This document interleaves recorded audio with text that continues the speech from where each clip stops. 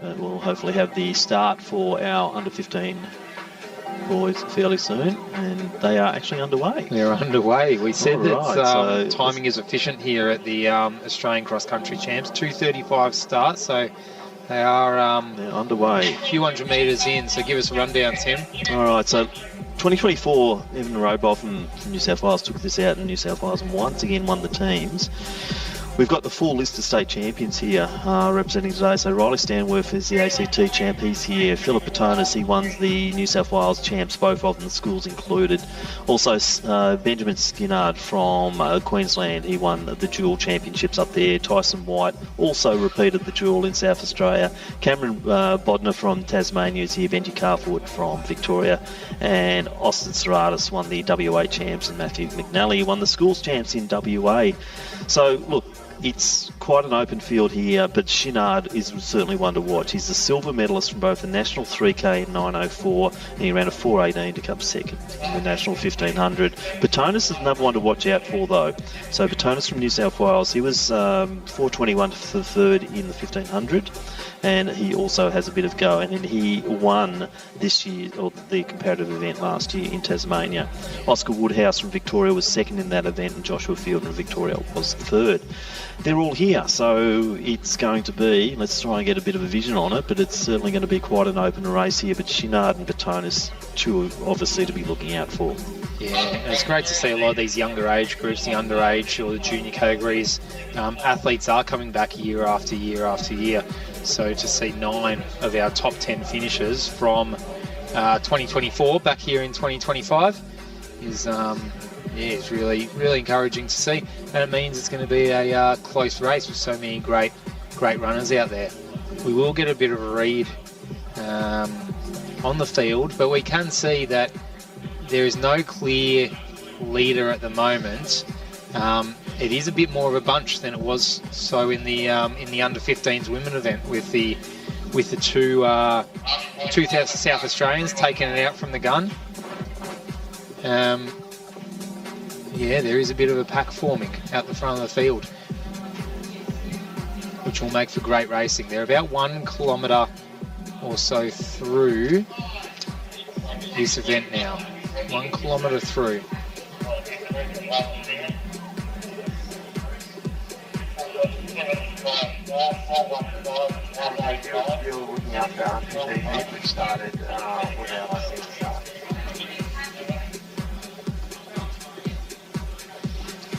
So Queensland and New South Wales, these athletes do just get about a 5 metre or so gap on a secondary pack of about 6. So early stages, but we don't see the dominance of 1 or 2 athletes like we did in a lot of the other junior events so far. Yeah, Shinard is leading the way, the Queenslander, so he's just forcing pace nicely at the moment. Going with him is one of our New South Wales athletes,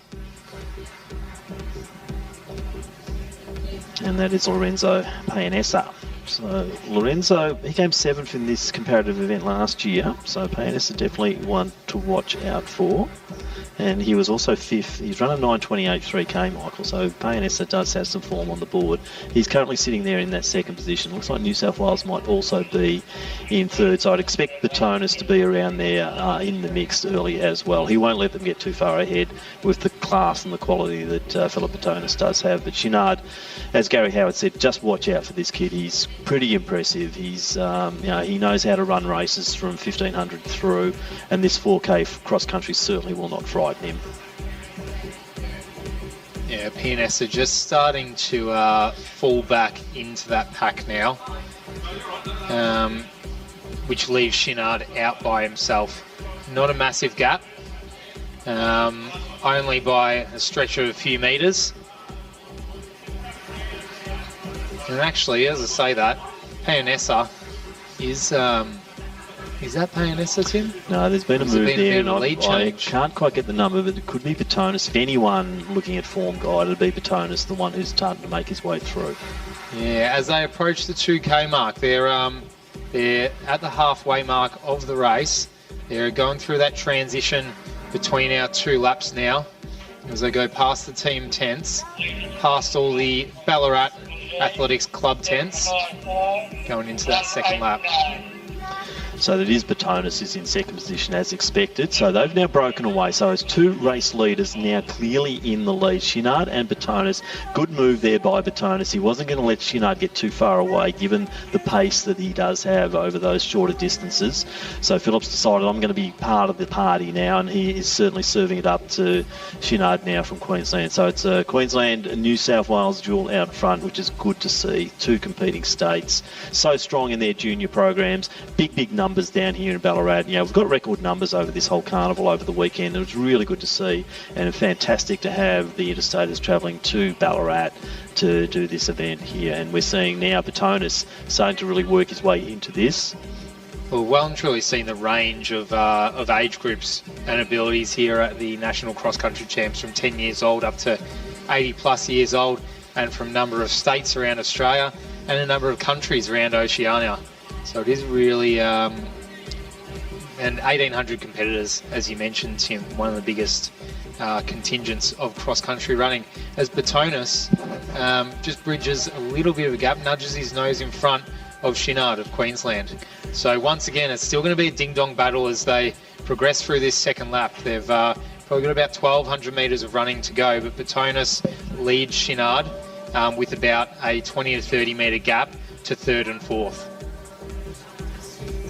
Maybe a little bit surprising this early, but is he just trying to assert himself? So Chinard looks so good and had such a nice little break early, but now Batonis has just shown it that bit of strength, and maybe he's just trying to say, okay, this is my race, this is the one I'm going to take, and I'm going to show it early. I'm not going to leave it for the last minute sprint. I'm actually going to try and work this through, and Philip Batonis is doing just that. As I said, he is both the ANSW and the schools champion from New South Wales. He knows how to win a race, and that's an important factor to kids who can win races. But saying that, Chinard also, he's the Queensland champion. He's outstanding up there, and also he's been on the podium in the track on 3,000 and 1,500 at the national level. So Chinard, he's a very experienced runner, and what we're seeing now, a little bit of a challenge. This is good. This is what we want to see. Battle, back and forth. Chinard, Batonis, Chinard. And now we're seeing the tactics to the lines. That was a sharp turn there, and you saw Batonis just had the best of it because Chinard was just